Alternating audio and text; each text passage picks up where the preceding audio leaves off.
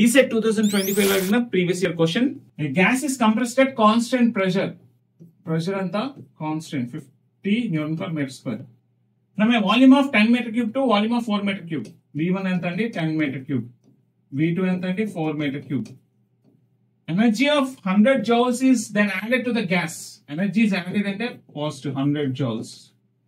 Its internal energy is ఎంత అని అంటున్నారు. ఓకే, సో ఇక్కడ మనకి ఇంటర్నల్ ఎనర్జీ ఎంత అని అంటున్నారు కాబట్టి from non flow energy equation Q is equal to change in internal energy plus work done. Okay, ఈ ఫార్ములా వాడుకోవాలి. సో ఇక్కడ change in internal energy is equal to Q minus W అని రాసుకోవచ్చు.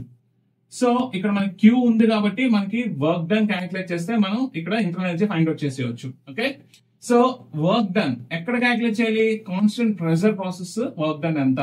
So constant pressure process కి ఇది PV diagram అయితే constant pressure process from 1 to 2 ఒక process జరిగిందంటే చూడండి P1 is equal to P2 constant pressure.